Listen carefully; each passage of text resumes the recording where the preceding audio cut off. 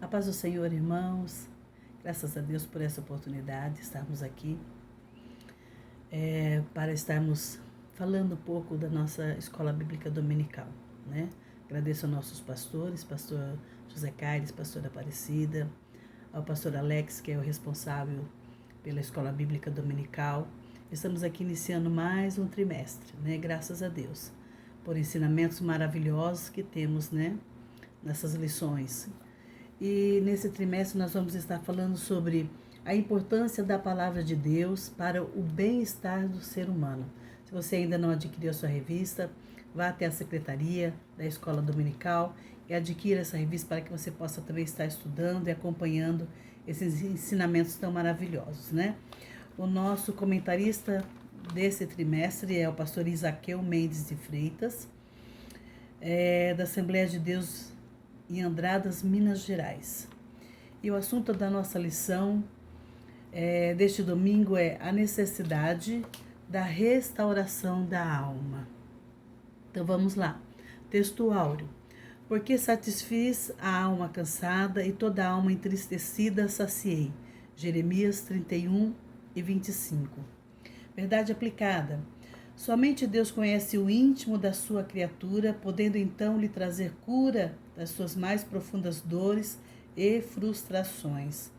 O nosso texto de referência está em Salmos 31. Nós vamos ler o versículo 2, 5, 7, 9 e 14. Inclina para mim os teus ouvidos, livra-me depressa. Se é minha firme rocha, uma casa fortíssima que me salve. Nas tuas mãos encomendo meu espírito. Tu me remiste, Senhor, Deus da verdade. Eu me alegrarei e regozijarei na tua benignidade, pois consideraste a minha aflição, conheceste a minha alma nas angústias. Tem misericórdia de mim, ó Senhor, porque estou angustiado. Consumidos estão de tristeza os meus olhos, a minha alma e o meu corpo. Mas eu confiei em ti, Senhor, e disse: Tu és o meu Deus, né? Os objetivos da nossa lição é apontar a diferença entre corpo, alma e espírito, apresentar o projeto de Deus para o ser humano e destacar a necessidade da restauração da alma, né? Então, nesse trimestre nós vamos estar falando sobre a cura da alma, lições que abordarão conceitos do corpo, alma e espírito. Também vamos apontar o amor de Deus expresso na manifestação da sua graça, trazendo a nós a salvação. Timóteo 2,11, né? Diz que a graça de Deus é manifestada, trazendo salvação a todos, né? Tópico 1. Conhecendo a estrutura do ser humano. Em Gênesis 1 e 26, a primeira parte do versículo diz que Deus criou o homem à sua imagem e semelhança. Essa afirmação nos dá a ideia de como o ser humano foi formado. Sua estrutura em si foi criada perfeitamente, foi feito por Deus, perfeito. No entanto, o pecado tornou-o imperfeito na sua estrutura, foi totalmente comprometida. Daí a necessidade da cura e restauração em seu espírito, alma e corpo. O homem é formado de espírito, alma e corpo. A Bíblia diz assim, aqui em Gênesis, no capítulo 1, diz: a terra era sem forma e vazia, e havia trevas sobre a face do abismo. E o Espírito de Deus se movia sobre a face das águas. E Deus inicia então ali a sua criação. Ele criou a luz, o firmamento, a terra seca, os luzeiros, né? Dia e noite, os peixes, as aves, os animais. E aí chega a criação do homem. E aí o Senhor fala aqui no versículo 1 e 26, diz: façamos o homem a nossa imagem e semelhança, né? Então o homem foi feito imagem e semelhança. O ser humano tem o seu diferencial. Todas as outras coisas foram criadas com a sua palavra. Deus disse: haja luz e houve luz, né? Deus disse: a terra produza plantas, ervas, e haja animais, e tudo com o poder da sua palavra. Mas quando chegou na criação do homem, Deus o fez com suas próprias mãos. né? Então, o ser humano ele veio de Deus. Foi criado por Deus e perfeito, né? E o homem é composto de corpo, alma e espírito. Do pó da terra Deus fez o homem. E a Bíblia diz que ele soprou nele o espírito e o homem tornou-se alma vivente. Aqui diz assim: Deus conhece o homem porque ele o fez com característica inerente a ele, né? Ele colocou em nós o seu espírito. E é com esse espírito que nós nos relacionamos com ele.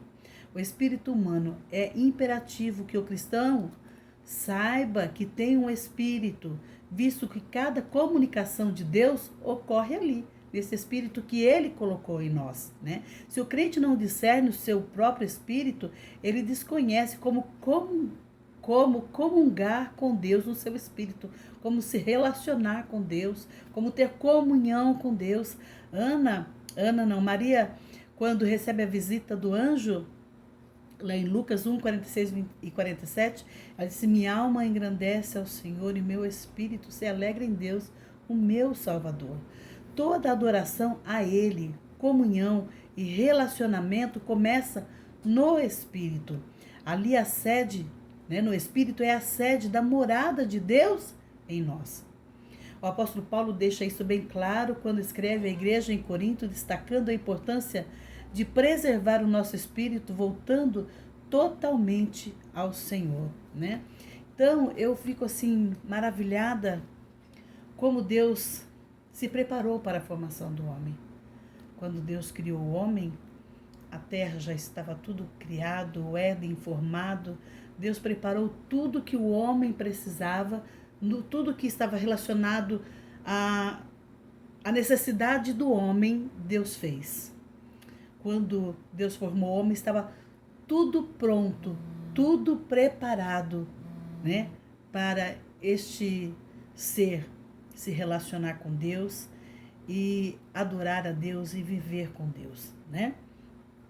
Então vamos ler lá em 1 Coríntios 6, 1 Coríntios 6, versículo 19, o apóstolo Paulo dizendo assim: ou não sabeis que o nosso corpo é templo do Espírito Santo que habita em vós, proveniente de Deus, e que não sois de vós mesmos, porque fostes comprado por bom preço?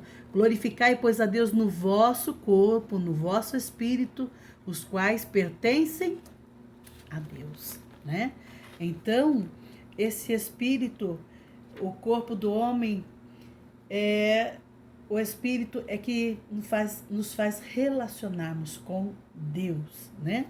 Aqui a alma do ser humano, né? No nosso comentário diz assim que é por isso que o Espírito de Deus age primeiramente no espírito do ser humano, com o objetivo de transformá-lo novamente à imagem de Deus, trazendo luz às suas trevas, reconhecendo o quanto precisa de ser redimido e viver a novidade de Deus. Deus criou o homem, colocou ali no jardim do Éden, colocou tudo à sua disposição, mostrou árvores frutíferas, tudo quanto havia necessidade, entregou tudo nas mãos de Adão. Adão colocou nome nos animais, deu nome a todas as coisas, e Deus disse: olha, não é bom que o homem esteja só, vou fazer uma companheira para ele. E Deus fez ali Adão adormecer, fez a Eva toda bonita para ele e disse para ele: tudo que tem no jardim vocês podem se alimentar, vocês vão cuidar, mas a árvore que está no meio do jardim, nela não toca, porque no dia que tocar nela, no dia que comer do fruto dela, certamente morrereis. Deus fez um homem com livre-arbítrio. Deus não fez um boneco, Deus fez um ser dotado de inteligência, né? De corpo, alma e espírito. E nós vamos ver aqui também sobre as reações deste homem. E o homem, do seu livre-arbítrio, escolheu o errado, né? Fez o que era errado. A culpa estava na Eva, mas a responsabilidade era de Adão. Deus disse foi para Adão, né? E aí veio o pecado para toda a humanidade. Agora vamos ver aqui, a alma do ser humano. Um dos sentidos da palavra alma é pertencente à vida. Portanto, equivale a alma ao quê? A personalidade, a própria pessoa. A alma está entre o espírito e o corpo. A alma pertence tanto ao espírito como também ao corpo. Pertence aos dois. Está ligada ao mundo espiritual através do espírito e ao mundo material através do corpo. Por quê? Através da alma tenho a consciência de mim mesma. As áreas da alma são, então a alma atua no quê? Na mente, né? No intelecto, no pensamento, nos raciocínios, na memória, na vontade, né? Que é o poder das decisões, de poder fazer escolhas, nas emoções, instrumentos para expressar os nossos sentimentos, gostos, simpatias, alegrias, tristezas, amor e ódio. E assim vai. A alma do ser humano, ela é singular. Nela está todo o nosso ser. E de que fatos somos por dentro está armazenado nela. Se desenvolvemos na mente, que vai influenciar diretamente na nossa vontade de escolher, decidir e agir, né? E isso envolve também o quê? As nossas emoções. Então, a alma, ela está ligada tanto ao espírito como também ao corpo, né? O corpo humano. Os seguintes nomes aplicam-se ao corpo. O corpo também pode ser chamado de casa, tabernáculo, né? É a tenda na qual a alma do homem mora durante a nossa viagem do tempo para a eternidade, né? Então, enquanto nós estamos aqui, nesta terra, nosso corpo é essa morada do espírito e da alma, né? Então, devemos sim cuidar do nosso corpo, da nossa alma e do nosso espírito, porque foi o Senhor que fez e devemos cuidá-lo, né? Cuidar. Na morte, desarma-se a barraca e a alma parte. O templo é o lugar sagrado pela presença de Deus, ainda que não possa abrigar a plenitude divina. O corpo de Cristo foi um templo, né? Quando ele disse, eu derribarei esse templo, em 3 dias edificarei, as pessoas não entenderam. Como você vai derrubar esse templo aqui e em 3 dias vai edificar? Mas ele estava falando do templo dele. Ele como templo, né? O corpo de Cristo foi um templo, porque Deus estava nele. Quando uma pessoa passa pela experiência do novo nascimento e é reconciliado com Deus, o corpo dessa pessoa torna-se o templo do Espírito Santo.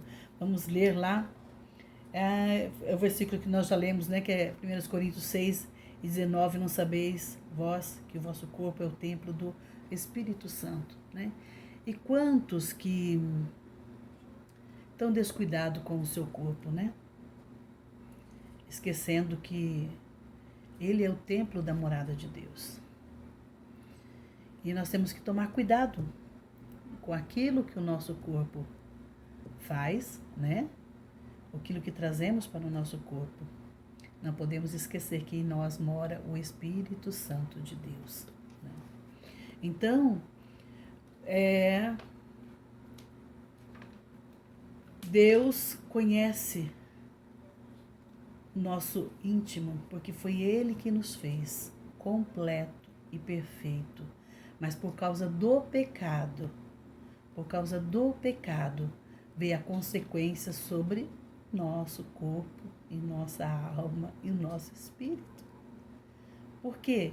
Se afastou de Deus, né? Então vamos lá agora ao tópico 2. A obra-prima da criação. O ser humano é a obra-prima da criação do Eterno, criado conforme a sua imagem e semelhança. Assim, trata-se de uma criação distinta das demais. A formação do homem é diferente dos animais. Embora hoje na nossa sociedade as pessoas estão igualando o animal com o ser humano, e isso muitas vezes me choca, porque tem pessoas que têm muito mais compaixão de um animal perdido do que uma pessoa caída pedindo um alimento, né? Eles colocam ali o homem, nós somos feitos à imagem e semelhança de Deus, né? Assim trata-se de uma criação distinta das demais. O Senhor Deus o criou para ter um relacionamento com Ele, capacidade de escolher. Inclusive usou essa capacidade quando da tentação do jardim, né? Foi esse livre-arbítrio, né, que fez com que ele fizesse uma escolha errada de gerenciar a obra da sua criação. Portanto, é um ser racional, volitivo, quer dizer, tem poder de escolha e sentimental. Um lugar apropriado à nossa estrutura. Porque Deus fez tudo isso? Qual a razão para a existência do universo, da Terra e do ser humano? Quantas pessoas, né, que não conseguem entender por que eu existo, por que isso, por que aquilo. É falta de conhecimento, né, de ler a palavra de Deus. Percebemos que essa iniciativa de Deus em vários campos da ciência tem sido debatida. No entanto, a palavra do Senhor nos dá a resposta de que Ele criou todas as coisas visíveis e invisíveis, sejam tronos, sejam dominações, sejam principados, sejam potestades, tudo foi criado por Ele e para Ele, para a glória dEle. Esse universo foi criado por Deus de forma perfeita e contendo tudo que o homem precisa para viver os seus dias que Ele determinou. Se nós pensarmos, irmãos, no universo, tantos planetas, tantas galáxias, né? E Deus, a perfeição de tudo que Deus fez é maravilhoso. O homem muitas vezes quer dizer que foi o Big Bang, né? Eu falei, nunca vi uma explosão colocar tudo no lugar. Mas nós cremos pela palavra de Deus que foi tudo feito perfeito por Deus, né? Agora nós vamos ver aqui que Deus fez esse lugar apropriado para o ser humano, no capricho, tudo do melhor, né? E tudo foi criado para louvor e glória do seu nome. O propósito de Deus levou em conta o erro humano. Deus nunca vai ser pego desprevenido. Ai, Deus não sabia que ia acontecer isso. Deus sabe. Ele é onisciente, onipresente, onipotente. Deu ao homem o livre-arbítrio, mas ele sabe todas as coisas, o que o homem vai fazer, né? Aqui diz assim, esta é a resposta pelo qual Deus nos deu o livre-arbítrio. O Eterno concede o poder de escolha a Adão, pois desejava que o ser humano escolhesse o quê? Manter o relacionamento com o Criador, né? Deus desejava isso, mas com a investida do inimigo, a escolha não foi essa, né? Adão escolheu descumprir essa única ordenança. Deus já sabia que isso ia ocorrer. Ele nunca faz nada por acaso. Ele nunca comete erros. Ele tomou a iniciativa em cobrir o homem quando esse descobriu que estava nu ao comer do fruto da ciência, do bem e do mal. Mesmo em ambiente sem arrependimento de Adão e Eva, o amor do Pai foi demonstrado em ação. A Bíblia diz assim que Eva ouviu a serpente, tomou do fruto, comeu e deu ao seu marido. E assim que eles comeram, eles perceberam que estavam nus. E correram ali para pegar uma folha de figueira e tampar a sua nudez. E a Bíblia diz que na viração do dia, Deus já sabia. Mas chegou lá no jardim, chamou Adão. E Adão, eu me escondi. Mas por que você se escondeu, Adão? Todos os dias eu venho aqui falar com você porque hoje você se escondeu. É que eu vi que eu estava nu. Você comeu do fruto que eu falei para não comer? A mulher que me deixa, ela comeu e me deu e eu comi.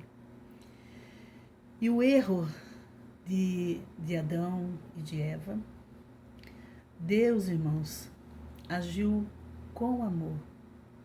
Deus tomou um cordeiro, Com esse cordeiro, ele faz vestes para tampar a sua nudez. E neste cordeiro já representava ali a redenção do homem, oh aleluias, através de Jesus Cristo na cruz do Calvário.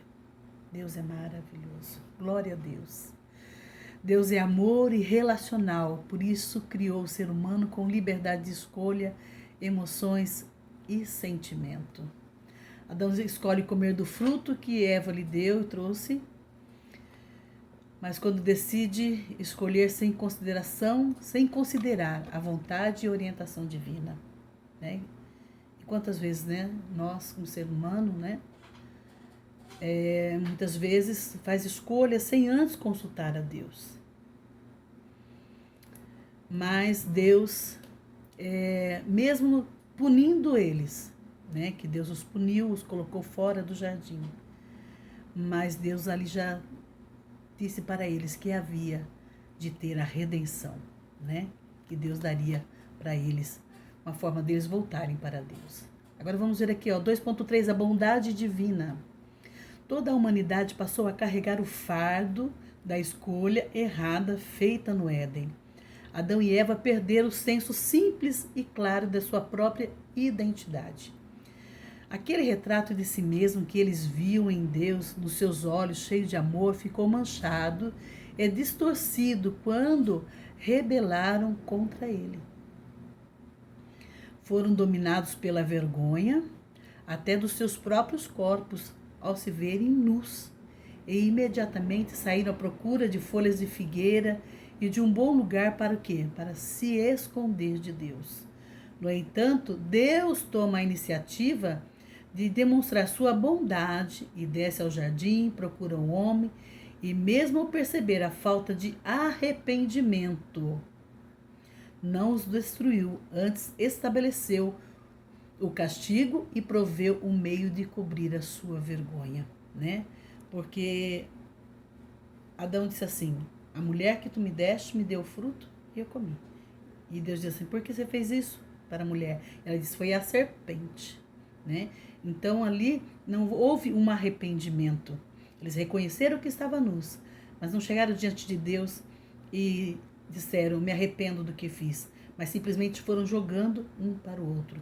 Mas Deus não destruiu o homem, mas proveu a redenção para o homem, né? E como eu já disse, aquele cordeiro que ali os vestiu já representava Jesus, que nos havia de redimir, e nos redimiu através do seu sacrifício na cruz do Calvário. Então nós vimos aqui que o ser humano é a obra-prima da criação de Deus, criado conforme a sua imagem e semelhança. Assim, trata-se de uma criação distinta das demais. Ponto 3. Quadro atual da alma do homem. A consequência que o homem tem sofrido por causa do pecado, né? Nós vemos aqui, é nítido o quanto a alma do homem tem sido afetada a cada geração que se passa. Dados da OMS, que é a Organização Mundial da Saúde, aponta que este século tem se tornado o século da depressão, da ansiedade e transtornos psíquicos. Nós estamos vendo hoje aquilo que a gente nunca tinha visto. Tanto se falar em problemas emocionais, né? Como o homem hoje está sofrendo disso. Depressões, né? Perturbações na alma. Um senso doentio e irreal do eu tem tornado vidas vazias e até mesmo arruinando o quê? A saúde. A alma humana em colapso total. Vamos lá, 3.1. Milhares de pessoas em todo o mundo estão atualmente se voltando para a psiquiatria e para o análise em busca de alívio para males mentais e espirituais dos quais padecem. A situação atual do mundo leva mais e mais à prática de busca da cura da alma. A nossa sociedade está enferma. A mensagem da palavra de Deus também se refere e tem aplicado quanto a essa triste realidade. Deus tem poder, sim, para curar os males desses séculos, né? Para curar a alma enferma, né? Nós temos visto hoje tantos psicólogos, tantos psiquiatras, né? As pessoas indo atrás desses recursos, né? Que ajudam sim, é necessário, tem casos que são necessários, mas nós temos que entender que a eficácia da palavra de Deus, ela traz a cura na alma. Ela pode tirar o homem dessa situação, né? E a necessidade de estarmos falando dessa palavra, né? Quantos estão sofrendo e sem ter o conhecimento? Não que muitas vezes eu creio assim que nos nossos meios, aqui no nosso país é difícil, tem pessoas que nunca ouviram falar de Jesus. Pode ter sim, mas no nosso convívio as pessoas sabem de Jesus, mas não o conhecem, não o conhecem. Essa é a nossa preocupação. As pessoas precisam conhecer a Deus para serem saradas, serem curadas, né? E a necessidade, muitas vezes, de serem encaminhadas para tais profissionais, sim, há necessidade, né? E devem sim buscar essas ajudas, né? É preciso fazer uma autoanálise, né? A doença da inquietação também aumenta quando somos incapazes de compreender ou experimentar significados em nossas vidas.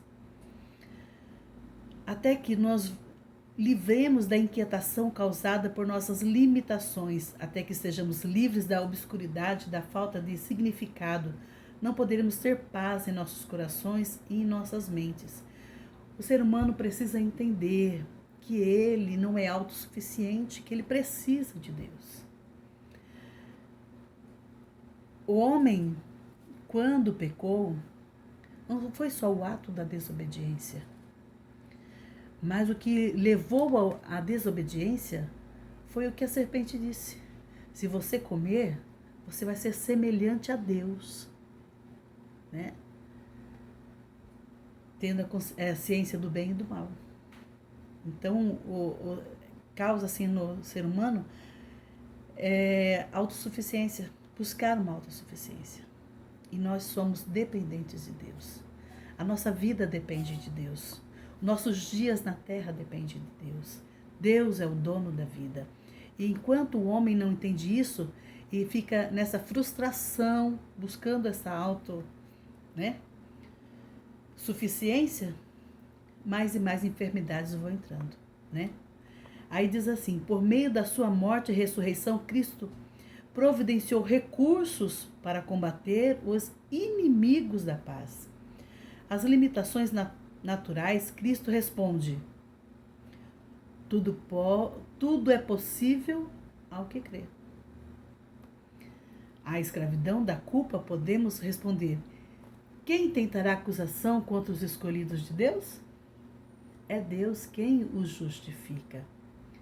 A escuridão da falta de significado, podemos proclamar o resplendor de Cristo. Ele é a essência e propósito da paz verdadeira. Quantos estão vivendo um conflito na alma? Quantos não entendem por que eu nasci, por que eu estou nessa terra, o porquê disso, o porquê daquilo, né? E tem gerado nessa busca, né, tantos conflitos, sempre querendo buscar mais, buscar mais, buscar mais, buscar mais. E o espírito não busca a Deus. E por não buscar a Deus, o homem fica distante de Deus. E distante de Deus não tem paz. Não tem a paz verdadeira que Cristo dá, né? Então, é uma necessidade nesses dias. Necessidade de paz na alma, paz no espírito. Aqui diz assim que a nossa sociedade industrializada e sem amor, sem compaixão sincera, tem causado muitos problemas. As pessoas já não têm raízes. Os relacionamentos já não são mais estáveis. Casou, não deu certo, separa. Casa com outro, não deu certo, separa. E as pessoas não têm raízes, né? Não têm estrutura. Ele diz assim: o câncer da insatisfação continua a espalhar-se, expressando em atos frequentes de violência.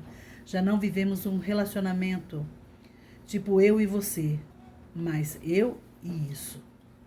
O homem e a mulher modernos flutuam e logo serão presas de atrações ilusórias e vazias. As pessoas já não são tratadas como indivíduos, são elogiadas por suas habilidades e valor monetário, pelaquilo que tem, pelaquilo que conseguiu, né? São avaliadas por isso. 3.3. Não somos autossuficientes para vencer. Deus deixou isso latente nas Escrituras, em um dos momentos da caminhada de Israel no deserto, quando estes, em desobediência, foram punidos por uma praga de serpente e muita gente morreu. Mas quando o seu povo se voltou em arrependimento, ele orientou Moisés a levantar uma serpente de bronze sobre uma haste, e todos os picados que olhavam para ela, o veneno não fazia efeito. Havia cura imediata. Isso tipifica nosso Salvador Jesus, que seria levantado na cruz para trazer cura contra o veneno do pecado. Somente em Jesus. Aqui, cito o exemplo aqui, quando o povo desobedeceu, peregrinando, tendo ali a nuvem, tendo ali a coluna de fogo, tendo ali a presença de Deus. Mesmo assim, desobedeciam e faziam aquilo contrário àquilo que eram ensinados através de Moisés. E aí o Senhor permitiu que essa serpente os picava. Mas quando eles foram buscar, foram falar com Moisés que precisavam do socorro de Deus, Deus disse para Moisés: pega lá, faz uma serpente de bronze, e todo aquele ao ser picado olhar para ela vai ser curado. Já também simbolizando Jesus. E o ser humano, para alcançar a salvação, para alcançar a paz em Cristo, também tem que olhar para Jesus, tem que receber a Jesus como seu Salvador, né? E ser liberto do seu pecado, e vivificar o Espírito que há em ti, o Espírito que Deus colocou em você, e voltar a ter um novo relacionamento com Deus, uma vida de comunhão com Deus, e desfrutar essa paz que o Senhor tem para as nossas vidas. A nossa conclusão diz assim: o amor de Deus pode suportar e pode perdoar todas as deformações da alma, mas o amor dele jamais pode reconciliar-se com o objeto que cause desamor. Ele jamais poderá, portanto, reconciliar-se com o seu pecado, mas ele pode reconciliar-se com a sua pessoa, porque essa pode ser, sim, restaurada. Que nós possamos, então, buscar em Deus, a cada dia, a restauração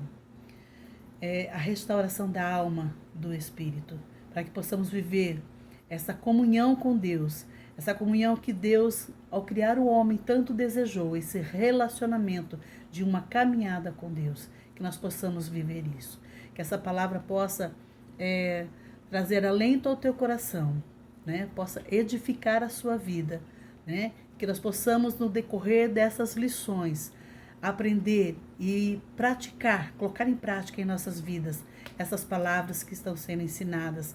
Buscar, como diz aqui a nossa lição, a palavra de Deus para o bem-estar do ser humano. A palavra de Deus, ela tem orientação para todas as áreas da nossa vida. Que nós possamos buscar essa base, essa orientação para o nosso dia a dia e para a nossa vida. Deus abençoe os irmãos. Eu agradeço essa oportunidade que foi nos concedida. No nome de Jesus. Fiquem com Deus. Amém?